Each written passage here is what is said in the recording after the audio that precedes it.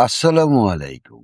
Iran-America যুদ্ধের প্রাথমিক পর্যায়ে আমেরিকা ইসরায়েল যেমন ভেবেছিল ইরানকে ৩ দিনের মধ্যেই ধূলিসাৎ করে দেবে এবং জয় নিয়ে বাড়ি ফিরে আসবে। কিন্তু বাস্তবতা ভিন্ন হয়ে দাঁড়িয়েছে। ইরানের প্রতি আক্রমণে আজকে আমেরিকা ইসরায়েল দিশেহারা।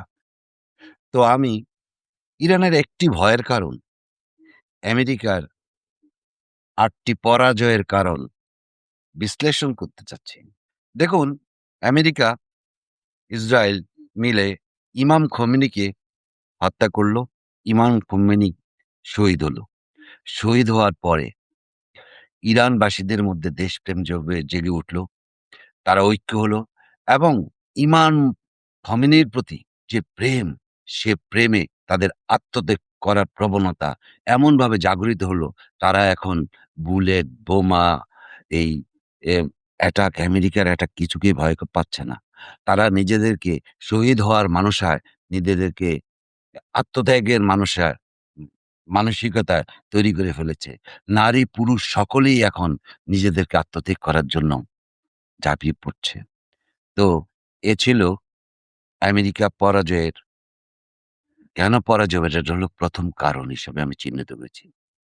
২য় কারণ হিসেবে আমি বলতে চাচ্ছি যে, আমেরিকা যে উদ্দেশ্যে এখানে এসেছিল, যে একটা রেজিম চেঞ্জ করবে, ইরানের সরকার চেঞ্জ করবে, সরকার চেঞ্জ করে তাদের একটা পুতুল সরকার বসাবে, সেটা ব্যর্থ হয়েছে। তৃতীয়ত, ইরানের একটা ভৌগোলিক কারণ। ইরানের অর্ধেক সীমান্তই ২ টি পর্বতমালা এবং ২ টি মরুভূমি দ্বারা বেষ্টিত। কিছু অংশ হচ্ছে সমুদ্র এবং ইরান সীমান্তের প্রায় ৩০ ভাগ হচ্ছে ইরাক সীমান্তের সাথে মিলিত। তো যদি আক্রমণ করতে হয়, তাহলে ইরাক সীমান্ত দিয়ে ইরানকে আক্রমণ করতে হবে। যা কোনোভাবেই সম্ভব নয়, কেননা ইরাকি সরকার সম্পূর্ণভাবে ইরানকে সমর্থন করছে। অন্যদিকে ৪র্থ কারণ হিসেবে আমি বলতে চাই, আমেরিকার সোলজাররা এখানে শহীদ হতে আসেনি। তারা এসেছে একটা দেশকে দখল করতে। দখলবাজ যারা থাকে তাদের কোনো আদর্শ থাকে না। মানসিক শক্তি থাকে না। সে মানসিক শক্তির অভাবে, সে আদর্শের অভাবে তারা এমনিই ভীত। তো তাদের উপর যে প্রতি আক্রমণ করা হচ্ছে ইরান থেকে, তারা ভীত সন্ত্রস্ত হয়ে বাংকারে ঢুকছে। অন্যদিকে ইরানি সোলজারদেরকে দেখেন, ইরানি সাধারণ নাগরিকদের দেখেন, তারা রাস্তায়, রাস্তায় ঘুরছে। আমেরিকা, ইসরায়েল এখনো মধ্যপ্রাচ্যে অন্যান্য দেশকে নিজেদের সমর্থনে ইরানের বিরুদ্ধে নামাতে পারেনি। ইরানের প্রতিপক্ষ হিসেবে দাঁড়া করাতে পারেনি। এটা হচ্ছে ৬ নাম্বার। যদি পারত, তাহলে এই যুদ্ধের পরিস্থিতি অন্যরকম ঘুরে যেতে পারত। আমি সবচেয়ে আশ্চর্য হয়েছি চীন, রাশিয়া এবং উত্তর কোরিয়ার ইরানকে যে প্রযুক্তিগত এবং সামরিক সাহায্য করছে, তাতে করে বা করে এসেছে এতদিন ধরে, তাতে করে ইরান মানসিকভাবে, সামরিকভাবে যথেষ্ট শক্তিশালী এবং ইরান দীর্ঘদিন ধরে যুদ্ধ চালিয়ে যাওয়ার মতো সামর্থ্য বর্তমানে রাখে। এছাড়া আমি এখন যে কথাটি বলব, এটা হচ্ছে সবচেয়ে গুরুত্বপূর্ণ একটা কথা। কেন ইরান জিতবে? কেন ইরান পরাজিত হবে না?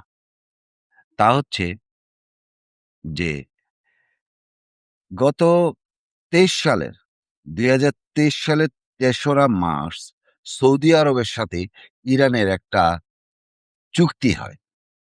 সেই চুক্তিতে স্পষ্ট করে উল্লেখ ছিল, শিয়া সুন্নি যুদ্ধ করা যাবে না।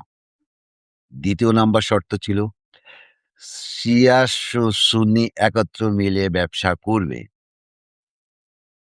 ৩য় শর্ত ছিল, একজন আরেকজনকে প্রযুক্তিগত সাহায্য করবে এবং সৌদি আরবের বিরুদ্ধে হুথিদেরকে ইরান কোনো সাহায্য করবে না। এই কারণটিকে আমার সবচেয়ে উল্লেখযোগ্য কারণ বলে মনে হয় ইরান যুদ্ধ জয়ে। অন্যদিকে ইরানের যে ভয়ের কারণ সেটা হচ্ছে একটাই। ইরানের মাঝে, ইরানের সৈন্যবাহিনীর মাঝে, সাধারণ মানুষের ভিড়ে, বিভিন্ন সরকারি বেসরকারি প্রতিষ্ঠানে বিভিন্ন মোসাদ এজেন্ট, ইসরায়েল আমেরিকার এজেন্ট লুকানো অবস্থায় আছে। তারা আমেরিকা, ইরানের অনেক নেতৃস্থানীয় কর্মকর্তা এবং কর্মচারী তাদেরকে আরো অনেক ব্যাপকভাবে টার্গেট কিলিং করতে পারবে এবং টার্গেট কিলিং করবে বলেই মনে হয়। কিন্তু সর্বোপরি যাই বলি না কেন, এই যুদ্ধে ইরান যে দীর্ঘস্থায়ী যুদ্ধে নিয়ে যাবে এবং দীর্ঘস্থায়ী যুদ্ধে বর্তমানে আমেরিকার যে ব্যয় হচ্ছে, ইরানের একটি শাহেদ ড্রোন সামান্য ৩০-৪০ হাজার ডলারের যে শাহেদ ড্রোন, সেই ড্রোনটিকে মোকাবেলা করার জন্য যেভাবে আমেরিকার প্যাট্রিয়ট, থার্ড তারপরে এ এ ধরনের ইন্টারসেপ্টর গুলি ব্যবহৃত হচ্ছে, যেই ব্যয় হচ্ছে, এই বিপুল ব্যয়ভার বহন করার মতো সামর্থিক সামর্থ্য কতদিন থাকবে? অ্যা আমার কাছে তা সন্দিহান মনে হচ্ছে। আর দ্বিতীয়ত সবচেয়ে গুরুত্বপূর্ণ বিষয় ইরান ইতিমধ্যেই যে হরমুজ প্রণালী আছে তা বন্ধ করে দিয়েছে। আর এতে করে বিশ্ববাজারে যে অর্থনৈতিক মন্দা, তেলের যে ঊর্ধ্বগতি এবং যেই প্রোডাকশন হবে পণ্যের, যে কৃষি পণ্যের উৎপাদন হবে সবকিছুই ব্যাহত হবে এই যুদ্ধের কারণে। আর এসবের কারণে ভবিষ্যতে আমেরিকা এবং ইসরায়েলের প্রতি চাপ বাড়বে। দেখা যাক আল্লাহর রহমতে কি হয়। আপনারা আমার আলোচনা যদি ভাল লাগে তাহলে দয়া করে সাবস্ক্রাইব করুন। আজকে আল্লাহ হাফেজ।